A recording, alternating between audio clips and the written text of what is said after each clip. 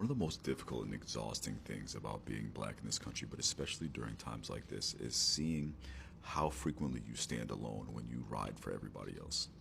Black people voted in the greatest percentage against Trump, and even though he ran on deportations in all three of his campaign cycles, which did not, still isn't affecting black people, we still showed the most support against him and those policies. Deportation doesn't affect us, and still, we voted against him and his policies, knowing that they would affect everyone else more than us. We literally rode for y'all harder than you rode for yourselves. Yet so many of you have spoken up against every pro-black safety, empowerment, civil rights, peace movement that we've had, at least my lifetime. And don't get me wrong, there have been plenty of you who supported, and you already know I'm not talking to or about you. I'm talking about people like the Latinos that voted for Trump and sang songs about it, and then when their abuelas got deported are like, well, where are the black people standing up for us? Though, where's the Kamala crowd? The group that still listens to this administration of idiots and somehow blames Barack Obama for shit that's going on right now. So consistently, this country has shown black people that being black means to be in everyone else's corner but have no one in yours. And the most frustrating part remains the reality, the knowledge that we're going to still keep fighting. Not just for you, but for us as well, because we know that injustice anywhere is injustice everywhere. And if one of us isn't free, then none of us are free. Despite how frustrating it is for us that y'all can't get that through your fucking skulls. You know, I've literally said this in one of my videos that being an America is right now with this particular regime is horrible, but being black America is another thing on the entire level. Do you get? I've said this before on most of my videos. And the truth is that every single person right now is feeling the heat that this regime and this administration that black Americans never voted for, never advocated for, never wanted in the first place, despite the fact that they knew that most of the things will literally not affect them. They literally never wanted all of this. But the people that wanted it, now here we are. But anyways, welcome back to the channel. My name is Sonia. Subscribe, like, comment, and share. Credit belongs to original creators of every single clips and stitches we have in our today's episode. Let's continue this video. I'll be back with commentaries. Let's go on. Sometimes when I hear people complain about America and the culture of America, like the American culture, especially women in particular who have been born and raised here and have generations of women born and raised in America under American culture, sometimes I can't help but to wonder, have you ever traveled outside of America? Have you ever actually seen what life was like for women in a lot of other countries? Like, do you actually know what's going on in some of these other places around the world for women? And I'm not saying that to say that we don't have anything to fix, because we got a lot of shit that we need to fix right here on this soil. So I'm not saying that, but sometimes when I be seeing people who be like they'll come to defense of other cultures or other nations and go against America as if life would be better in those places without even knowing what life is like for women in those places. Like if you look at women in Afghanistan, those women can't even leave the house without a full sheet over their head. Like if you look at women, it's all types of other shit over there. It's women who okay, I'm about to tell y'all something very vulgar. Okay, so there's women from certain countries who are what they call circumcised. They call it female genital mutilation, basically, where they remove your entire clitoris from your body. No anesthesia, by the way, completely just they chop your shit off, no anesthesia. And in some parts, there's different ways to do it. Sometimes they'll cut your lips off too. And then they'll sew you from piss hole to ass, sew you up. So you can't even pee right. You can't even have a normal period without, God knows what that shit probably smell like, what it look like. It probably looked like you got into a fight with a fucking polar bear. Like, and I'm not even saying that to be vulgar, but I'm trying to get y'all to understand that there's places around this world that are substantially worse than anything that we could ever even imagine of what the fuck is going on over here. I saw a video of a West African girl that was talking about in her village where First of all, they marry the girls when they're only like early teens, preteens, that preteen age that they love, that 11, 12, 13 age range. They marry them at that age. And if the girl is able to still walk after her first time with her husband, then that means that, something, he did something wrong, or basically he gets mocked by the other men in his village because the girl can still walk. So what they do is what's become a trend, and this is coming from a girl who's from that area, not from me. I'm not making this shit up. She said that what they've been doing is they've been taking endowment pills so that when they have intercourse with their new wife, bride, that she is pretty much guaranteed that she will not be able to walk, because that's how disabled she would be after being penetrated by such a large member of that male's body, because he's taken enhancements, a man who probably already has a very large member. But it's a flex in their society. It's a flex for your new wife to not be able to walk after her first time. And this is coming from a West African woman who's from that particular region that I will not mention. Okay.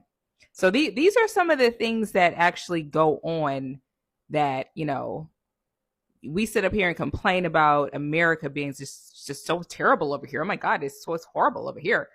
We got some shit to fix, but sometimes when I be listening to these people, especially these liberals and these leftists that be complaining about America and how horrible it is and this and that, it's like, do you actually understand what life would be like if you was from somewhere else? Like, you trying to praise and uplift all of these other places, and you don't even know what their life is like. They're literally living through their own version of fucking hell. Like, my life may not be perfect, but not to be vulgar, once again, my clit is still attached to my body. I still got all my body parts. I can elect whether or not if I want to be married to somebody or not. Nobody's forcing me into anything that I don't want to do. Like, I have rights, I have privileges. And that's one of the beauties of America. And that's one of the things that I be trying to get people to see. Like, shit needs to be fixed over here. It's not perfect. We got a really fucked up ass financial system, and our corporations are really just have too much control over everything that's going on. So we need to fix that. But culturally, I really think that we're on the right track. I think that we have a lot of freedoms that a lot of people wish that they had. And I think that, honestly, y'all, I would take being American over anything else any day, no matter what the fuck is going on over here. I honestly truly understand what she's trying to pass down here, because in as much as a lot of people are saying that a lot of things have gone sour in America, there are also some countries that when you hear what is happening to them is bad. But that does not justify the fact that this regime is not giving every single person what they want, especially Black Americans. If I right from time, they have not been giving Black Americans what they literally want. But I am now also happy that the heat is not only hitting on Black Americans, but the heat is also hitting on the said people that voted for this regime. Let's continue this video. I'll be back with commentaries. What's up, America? I want to talk about the cost of living and how everybody is struggling in America. Now, I know we all keep waking up every day and we all try to make ends meet, and we try as hard as we can. Because if we don't, we're going to fail. We have a family. We have to survive, right? If you haven't noticed, it's getting harder and harder to live every single day. Month over month, the costs are going up. It doesn't matter if it's utilities or water or food or gas. Somehow, some way, no matter the season, they find a way to fuck you. Corporations raise prices. They price gouge you on purpose seasonally, and we're falling for this shit because we don't have any choice. Well, I want to have a choice. I want it to go back the way it was before they were fucking us worse than ever in history financially. I don't mind making money. I don't mind making profit, but you're making obscene amounts of profit simply because you hate your customers. You even mock them the fact that you're taking advantage of them. And in many cases, you're getting the money, but you simply don't deserve it. You're not providing a service where it's worth it. Even shit like arcades and mini golf and fucking mountain coasters have doubled or tripled in prices. And it's the same shit. It's not like it's any extra cost. You're just fucking people for fun. Like I said, I don't mind making money, and I don't even mind making a good amount of profit, but you can't fuck everybody constantly. Honestly, everybody wish to go back to those days where you literally do not need to struggle much, where you literally have just a tiny thing in your hand, but you can literally feed very well. Everybody wish to go back to those days where they literally can afford houses in a very low and cheaper rate. Every single year, house costing and everything is skyrocketing, and it's quite bad. Let's continue this video. I'll be back with commentaries. I kind of don't care how long this video gets, but it might not even be that long, but my heart hurts right now to see so many people struggling to survive, not to live, because we're not living. Survive. You go to work, get paid, and then all of that money is wiped out of your bank. Because you have all these bills stacked up. Groceries are expensive. If you have pets, their food is also expensive. The housing market, no one can get a house nowadays. No one can even sell a house nowadays. No one can do anything. I'm truly convinced that making even 100K a year is still not enough.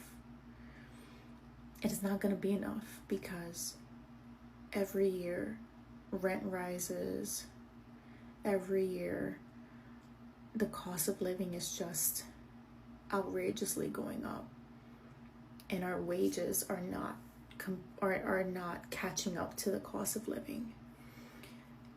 And it's going to get to a point where the cost of living is going to be so up there, and our wages are going to be pretty much at the same place. How are we going to be able to even afford a studio? You can't. People can't even afford studios right now. Now we have people that are working 2 to 3 jobs just to make ends meet. My heart hurts, like legit hurts. I get on this app and I see a lot of people just venting to the camera and pouring out their heart, crying, and they're like, yo, I got $10 in my account. I just paid for groceries. That for just 10 items, it was already $80.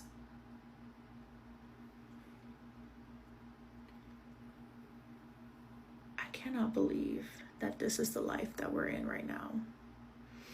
And like, it shouldn't be a surprise, right? It shouldn't be a surprise, but when you're actually living it, that's the problem.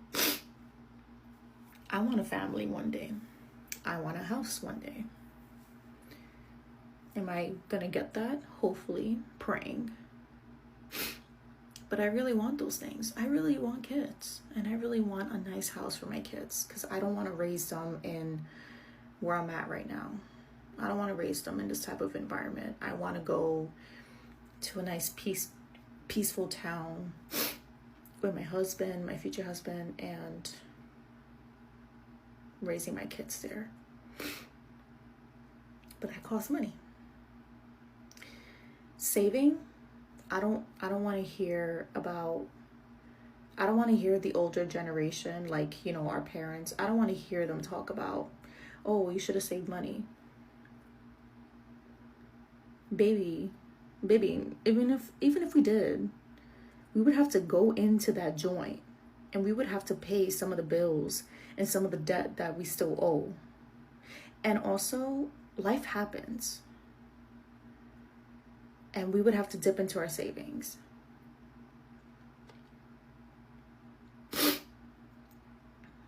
I don't want to hear it from the older generation. I don't care. I don't care. They had it easy, I guess, whatever.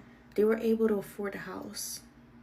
They were able to afford the car, to have the family, to have the dog, to have the cat. Like, they were able to do this back then. But us in our 20s, early 20s, we're struggling. In our 30s, we're struggling. Oh, go get a better job. Oh.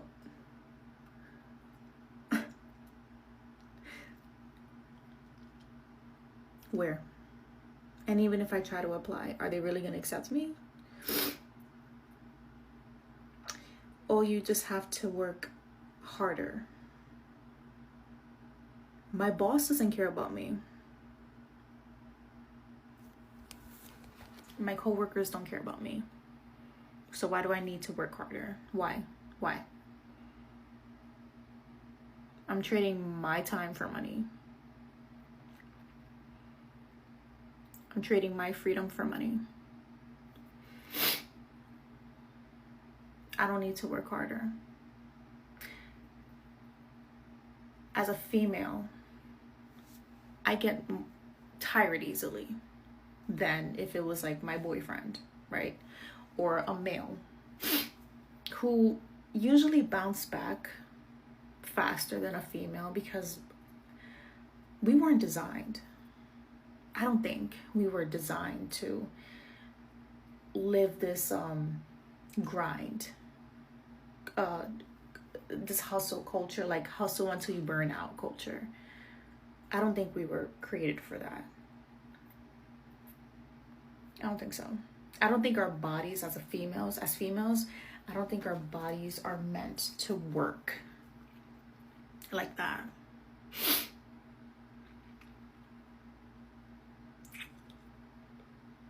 That's why when we get home, we're more prone to be tired and just like, then we tend to not take care of ourselves. We tend to not work out.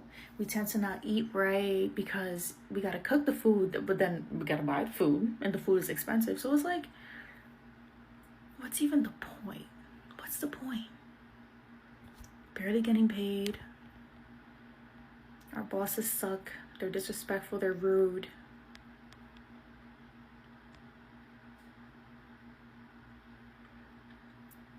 Watching these videos honestly break my heart. And they almost bring me to tears.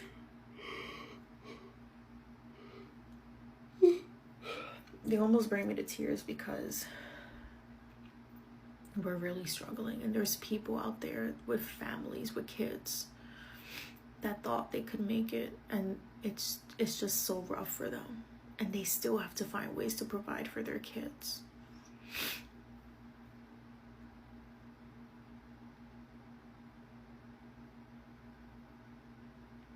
This ain't no American dream.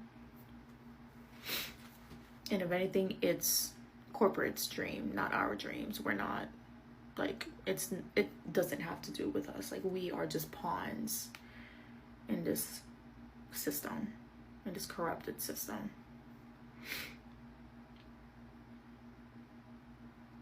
And I'm so sorry for those who have to struggle. Like, I obviously understand it too because I'm living in it. And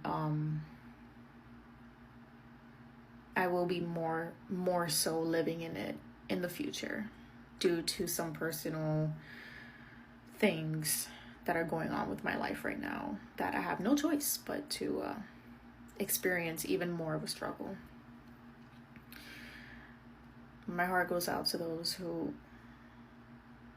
truly are just over it. Over it. Because I get it. I get it.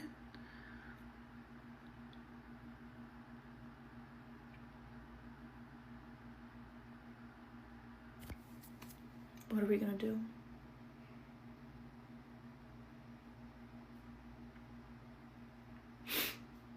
What are we gonna do? I'm moving outside of the US with my 6-year-old, my husband, my 2 cats, and our dog in 9 days. And that's why I haven't been sharing gardening content, because realistically, in the last 6 months, I haven't really been gardening. My garden is still doing things. I just haven't really been out there, mainly because I'm not planning on living here. And I didn't really have the energy to plan a move and do a huge fall garden, but I will be sharing gardening content soon. When we move, we're moving to Europe. I'm not going to say the country, but we're moving to Europe, and I will be moving in with my in-laws. So I do plan to talk about their garden. My mother-in-law has an absolutely amazing garden. So obviously it's really cold there right now, so it's going to be a big change. But the gardening season will start there, you know, in April, I think, is around when they start gardening. So I will get to share some of her garden and just talk about gardening in a different climate. So I'm excited about that. But I thought I would share some about our move. So let me know what questions you have about moving outside of the US, how we've been preparing, whatever, bringing pets. I would love to know what questions you have. Because I've been researching like a crazy person for the last 6 months and preparing. As you can see, my house is getting quite empty. We're also redoing our floors, so that's fun. But that's my dog's giant kennel, and we're working on kennel training her. She's never been in a kennel since we've had her, you know, for almost 6 years, and we just never kenneled her. So yeah, it's been fun. Let me know what questions you have. I'd love to share the journey. Yeah, okay, I thought I would share an update, and I hope y'all have a great day. Anyways, guys, that's all I got for this video. And honestly, everybody is getting the heat. Even to a lot of us that are not in America, we are literally getting the heat. And at the end of the day, you don't keep asking yourself, where is all of this leading us to? Even the place we stay right now, the place we're renting right now in Nigeria, the owner of the place literally increased house rent every single year.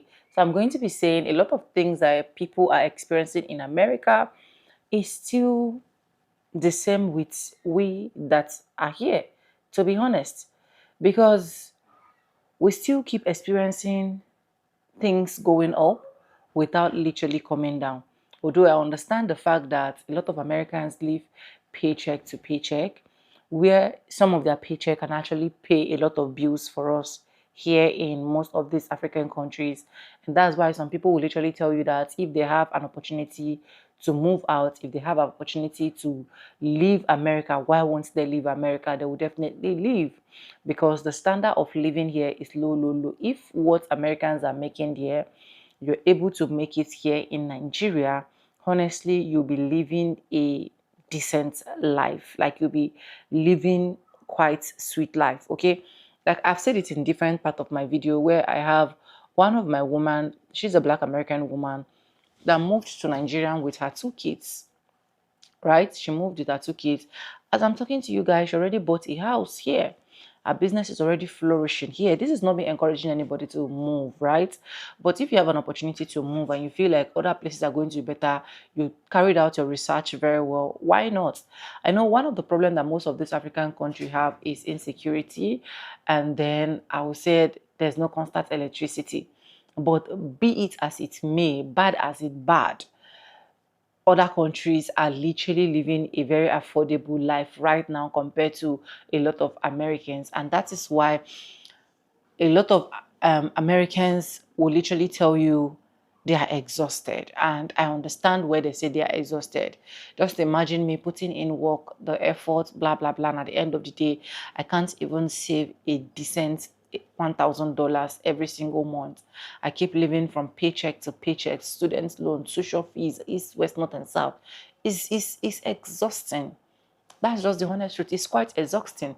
Imagine a lot of people that are not even married yet are even scared of getting married right now because of how the responsibility is going to be huge on each and every one of us. Please, I will advise you, if you're watching this video as a Black American, especially as someone that did not vote for this particular regime, please try as much as possible to look into some of these things that can literally get you some money online so that you can add it up to the job that you're already doing, or you can also use this as a source of income. If you know you are capable of doing social media as well, why not? Look at the front, look at your back, and move into it. I saw one Black American couples, I've forgotten their name, I don't know if you guys are seeing them. The woman and her husband, they're already retired, they're aged, but I saw them on YouTube. I have to subscribe and I have to keep watching their videos to support them, just because I feel like they want to make something out of it. And I can tell you for a whole fact that it is now hidden profit for them. I think they did one video where they said they did one of their first paycheck that they got on YouTube, about over $3,000 or $4,000, and it was so impressive. Do you get?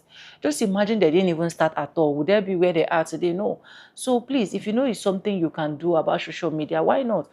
There's Facebook, there's Twitter, there's a lot that you can actually get something out of. The only thing that I know when it comes to all of this is you have to put in the work, you have to put in the effort.